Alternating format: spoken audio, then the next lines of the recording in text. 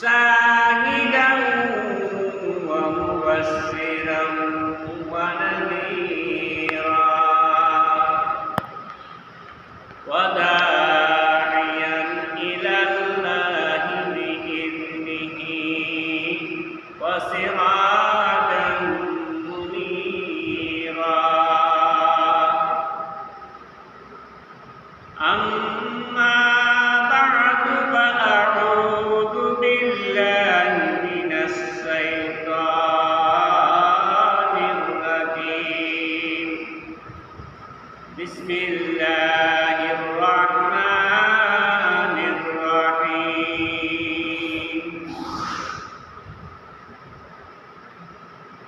يا أيها الذين آمنوا توبوا إلى الله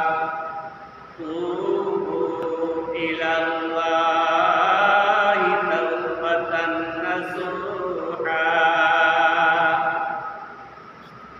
وقال النبي صلى الله عليه وسلم من تاب توبة نصوحا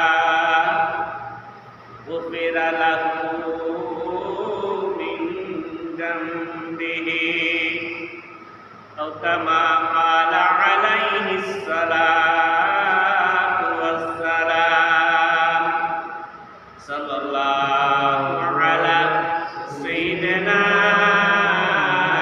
ومولانا محمد وعلى آله وأصحابه وسلم صلى الله على سيدنا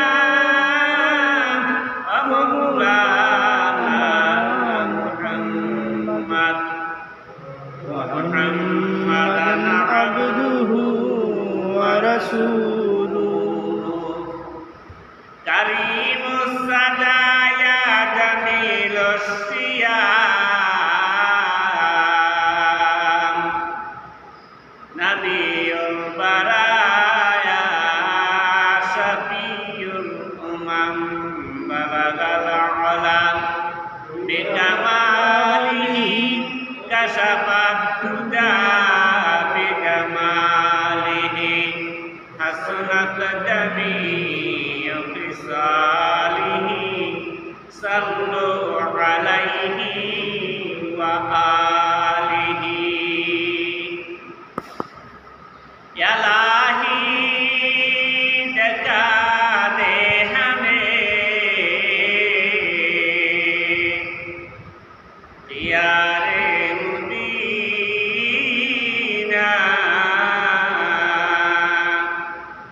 या लाही बना दे हमें गुबारे मदीना बलगल अला बिकमालिह كشف الهدى بجماله حسنت جميع خصاله صلوا عليه وآله الحمد لله আল্লাহ তাআলা লাখো কোটি শুকরিয়া যে মহান রব্বুল আলামিন আমাদেরকে পবিত্র জুমার দিনে আল্লাহর ঘরে আসার বসার তৌফিক দান করেছেন, এই জন্য আল্লাহর শুকরিয়া আদায় করে আলহামদুলিল্লাহ। আজকের আলোচনা হলো তওবা। তওবা কি জিনিস, তওবা করলে কি লাভ হয়?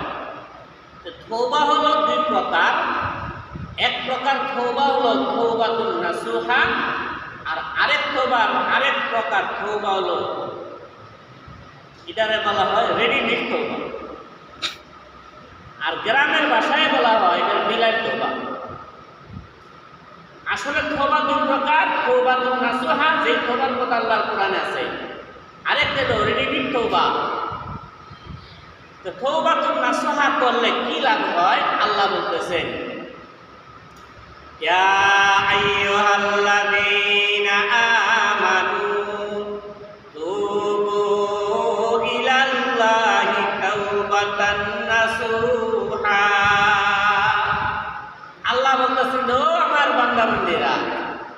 ইমানদার বান্দা বান্দিরা, তোমরা গুনাহ করছো, শয়তানের দোকান মধ্যে বইরা গুনাহ করে লাইছো, কেউ জানে না, আর মানুষটা জানায় আর লাভ নাই। যদি সংশোধন হইবার ইচ্ছা থাকে, তওবা করো। কোন তওবা? তওবাতুন নাসুহা। তওবাতুন নাসুহা করলে লাভ কি? আল্লাহ বলতেছেন, ও দুনিয়ার জগতের নারী আর পুরুষ, ও আমার মায়ার বান্দা আর বান্দি, গুনাহ করছো তুমি জানো, আর কেউ জানে না, আমি জানি, আমার ফেরেশতারা জানে রে। গুনাহ করার পরে কোন মুসলমান নরনারীর অন্তরস্থি বয়ে আসে, ও আল্লাহ আমি জানি গুনাহ করছি, তুমি জানো, তোমার ফেরেশতারা জানে, আমিও জানি গুনাহ করছি।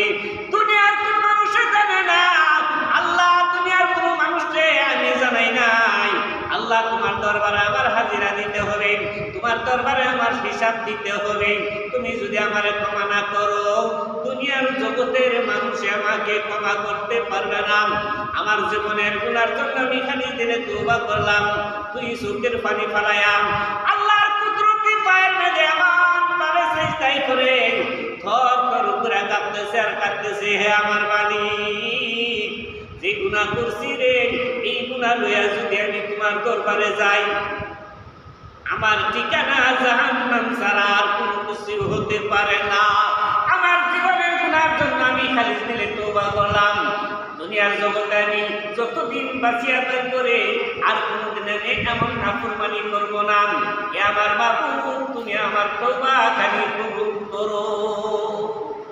আল্লাহ রাব্বুল আলামিন বান্দার চোখের পানি দেখিয়া, আল্লাহ তো অন্তরের খবর জানেন, বান্দা গুনাহ করবো না আল্লাহ জানেন।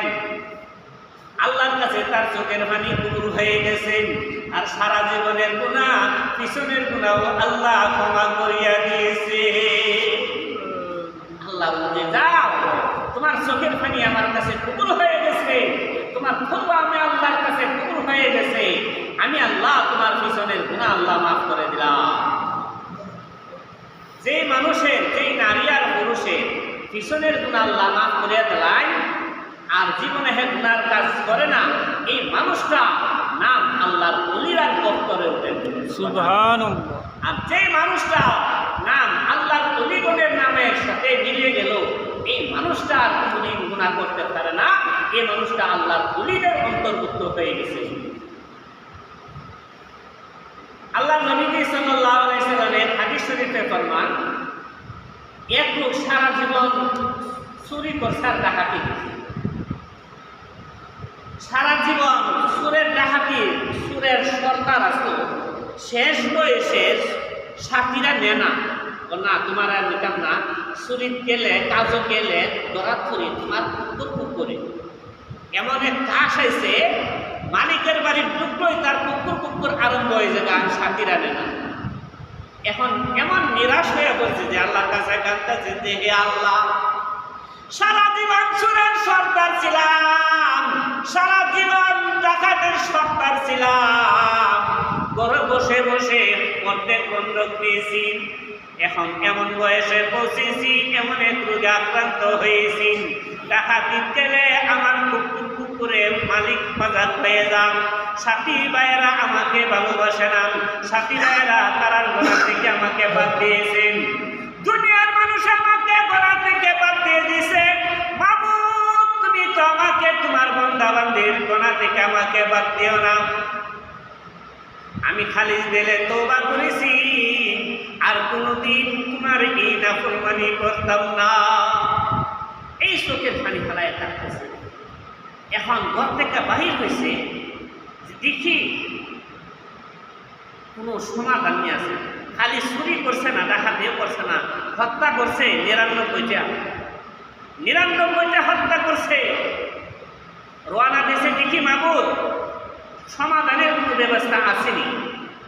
কিছু রাস্তা যাওয়ার পরে এক কাঠমৌলবি হয়েছে, কাঠমৌলবি, যারা মাস্টার ব্যাপারে অবগত না তারা বলা হয় কাঠমৌলবি। পয়সারা বলতেছে যে হুজুর, আমি একটা মাস্টার জানতে চাই, আমার মাস্টার হলো সারা জীবন সন্ত্রাসী করেছি, একটা না দুইটা না 99টা মার্ডার করেছি, আমি তো জানি একটা